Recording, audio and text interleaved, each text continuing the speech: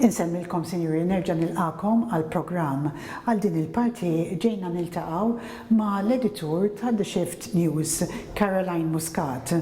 Din is-sena Shift News għala 5 snin li ilu li beda u għalhekk se nitkellmu ma' Caroline.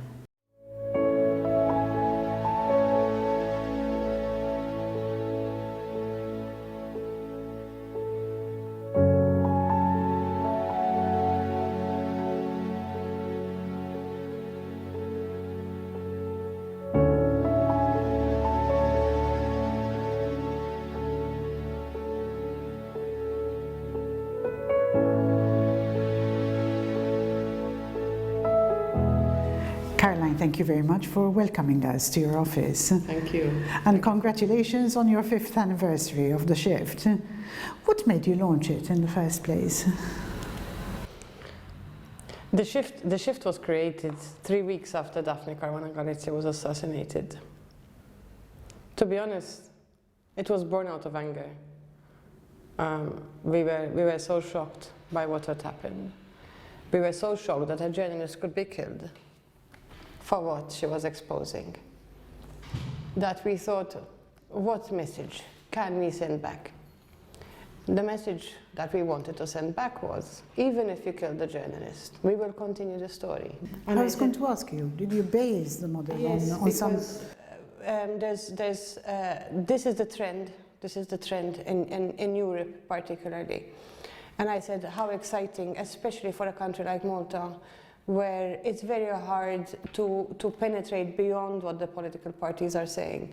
I said, how exciting to try a model like this. Like I said, everybody told me I'm crazy. It cannot be supported. In fact, I'm really grateful that Father Joe Borch just published an endorsement on social media in which he said, I mean, The Shift surprised me. I never thought this would be possible, and now we know it is. So you can really call it independent journalism. Absolutely. Absolutely. As I said, building that different model was very difficult. We are the only newsroom to publish every year what funding we received, from where, how we spent the money, and the impact of our work. We feel completely responsible to the people who invested in us. I mean, it must have been an uphill struggle for you. Do you feel that you can relax a bit? No, never, never. This morning, before I even had my coffee, I had 6 appeals from the government on our freedom of information requests that we have won twice already. At the moment, we're battling 40 cases launched by the government. Cases we've won. So we've applied for freedom of information requests. The Data Protection Commissioner said, you have a right to this information. The government refuses to publish it. They go to the appeals tribunal to contest the decision by a government-appointed body, mind you. So we have a situation where the government is objecting to the decisions by its own appointed bodies. This is what we're talking about here. You've come a long way. Very recently, we've also seen some of your stories being published in Maltese also. Do you feel that you're appealing to a wider audience now? We have grown beyond our expectation, honestly. We're trying to cope with that, to be honest, because, as I said, we are people, we're a small team, and we are really focused on the investigative side of news. And then there's all the other levels that pile up. But we feel that we have, in terms of how we've defined ourselves, a different responsibility. Because we don't have, because it's easy to criticize the independent media, it's easy to criticize the other media, but everybody is struggling to survive. So sometimes that criticism may be a bit unfair. It's very encouraging to hear. You spoke about raising funds to support your project. Can we speak a bit about your forthcoming one to celebrate also your 5 years? Yes. part of the way we raise funds is by organizing these events. So we have crowdfunding campaigns time to time, and to mark our 5th anniversary, we're going a bit bigger. But again, this year we have artists, Malta's top artists, who have united to donate paintings to support our fundraising efforts. There will be an exhibition held between the 2nd December and the 4th of December, and all the paintings sold will be in aid of the work that we do. You need quite a lot of courage to do that, I think. You spoke about 2 of your investigations, electrogas and the hospitals. The shift is synonymous with bringing this type of news. Can you talk us through what the investigations that you'd like to highlight most over the last 5 years? There's a lot. There's a lot. But, as I said before, the main point was continuing Daphne's investigations, because yes, there's a lot, but we consider our priority to be the stories that Daphne was investigating when she was killed.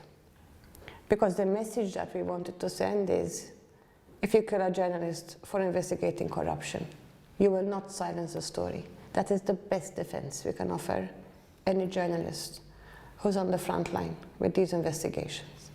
So stories like electrogas and the hospital steal, on which she was at the forefront of all those. She was the first to start revealing all of that.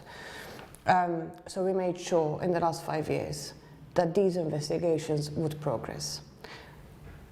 And we have achieved a lot, not only ourselves, because there's been other independent newsrooms that have continued the investigations together, and we all operate with, in collaboration with international newsrooms.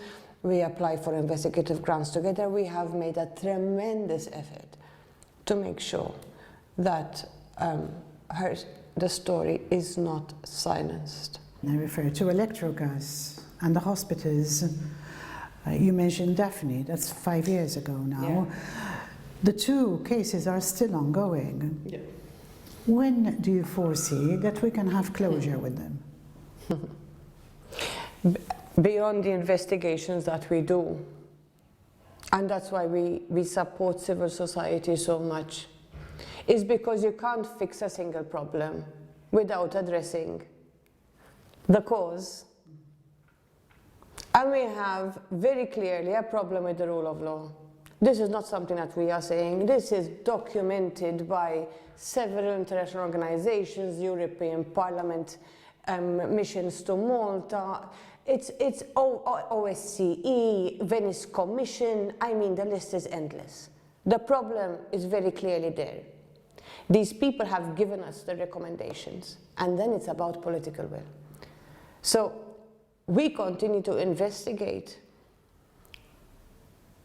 to make sure that those gaps in information, as far as we can possibly do, are exposed.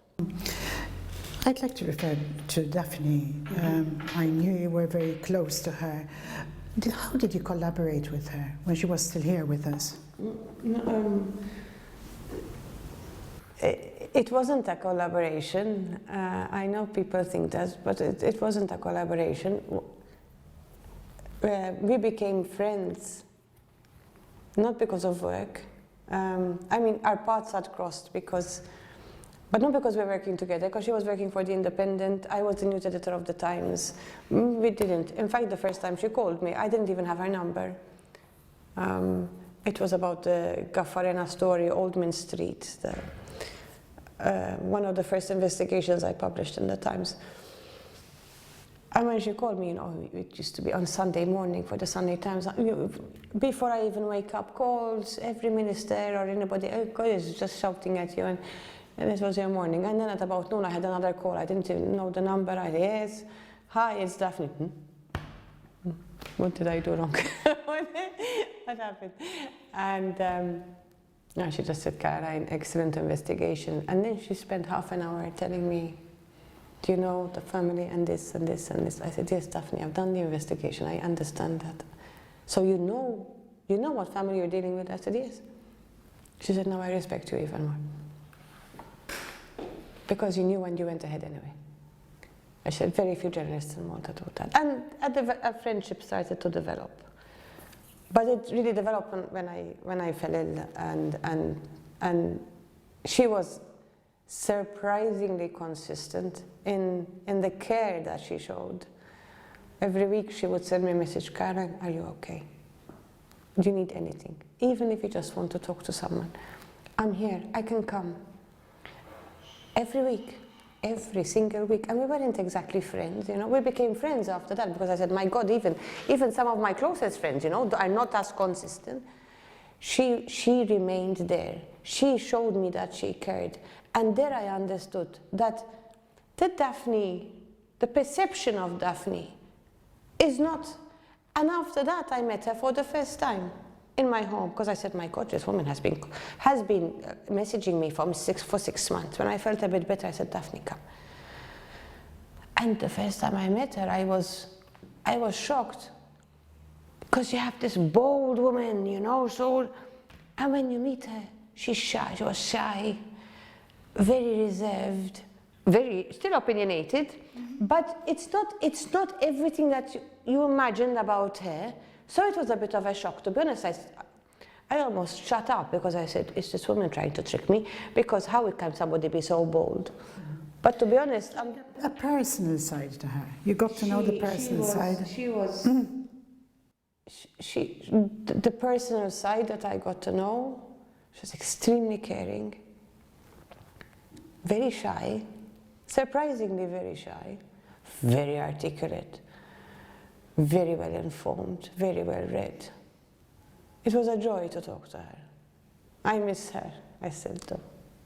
Caroline, in your opinion, how has the political climate changed from 5 years ago to today? It hasn't changed much at all. In some instances, we can say it's worse. In 2019, when there were all the protests in the streets, etc., that led to the resignation of Joseph Muscat, Conrad Mitzi, Keith Kembry, we really hoped that even if a Labour government remained, they would have learned the lesson and given us something different. But absolutely nothing has changed. Robert Abela is very clearly the person chosen by Joseph Muscat. Even if we see efforts made to distance the people that Joseph Muscat chose, the politics remains the same. The attitude remains the same.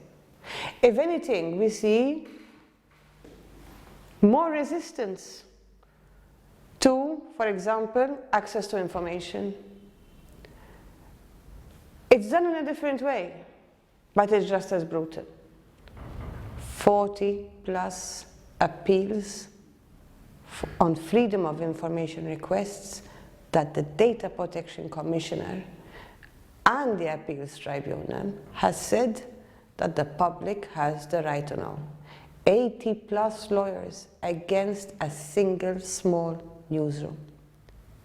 In the meantime, you have Robert Abela going on an international stage and saying, we are at the forefront of reform on SLAPP lawsuits. SLAPP lawsuits are cases that are intended to cripple a newsroom financially. So while he's saying that on an international stage, he is launching 80+ lawyers against a single newsroom. So there you get the hypocrisy of Robert Abela. You get the meaningless, the lack of meaning, the lack of substance in terms of what is stated, what is put into laws, and the actual implementation of things. This stuck me. So we're used to this now, and we operate accordingly. But the problem is that our voice compared to the power that the government has in terms of sending its message to the people through all these channels, through their advertising in even independent media, through social media, etc., always means that the public's right to know is at a disadvantage. It is compromised. And that is the battle we insist on fighting. With regards to the current stories you're working on, can we highlight some things that you're working on with the public today? As I said, on top of the kind of long-term investigations that we do, like I mentioned, electrogas and hospitals, etc., we have now moved on to also tackling the investigations that have an impact on individuals or different groups in society. I think one of the most important cases that we had recently was the Malta Philharmonic Orchestra, the sexual harassment accusations there. We were the newsroom that exposed that. When our sources spoke to us, they said, we had approached other media on this. Nobody would touch it. Why? You have to ask them that. But this is where we break down those walls. So we, first of all, as I said, make sure that we have the fact verification process completely. And then we said, okay, we have the information. Now we can go. Obviously, making sure to protect the victim and others, etc. But there was an immediate result. 2 people in court. One convicted, the other one is undergoing. And on top of that, more people came forward. From our story, all the other newsrooms picked it up. More victims came forward, not only in the Malta Philharmonic Orchestra, at the Manuel Theatre and others. This is what I mean, that the shift must be bold. The shift must break down those walls. This is what we're here to do. The MPO is just one of the latest cases. We are constantly, for example, scrutinizing on a daily basis public expenditure, how the government is spending public funds, how they're allocating budgets, because you can't have Finance Minister Clyde Caruana telling you, oh, we have to go to drastic measures, we have to minimize expenses, etc. And then this week we just revealed that a 1-week trip to New York costs at least 150,000 euros. So through this constant scrutiny that we do, we don't comment about it or anything, but we show the public where the government's priorities lie. Sinjuri, konna qed nitkellmu ma' Caroline Muscat li hija l-editur ta' The Shift News. Jekk għandkom xi kummenti dwar din l-intervista, ibbagħtuhom fuq in-numru li jidher fuq l-iskrin permezz tal-WhatsApp. Jiena Hogg għal Net TV u nixtieqilkom il-lejl it-tajjeb.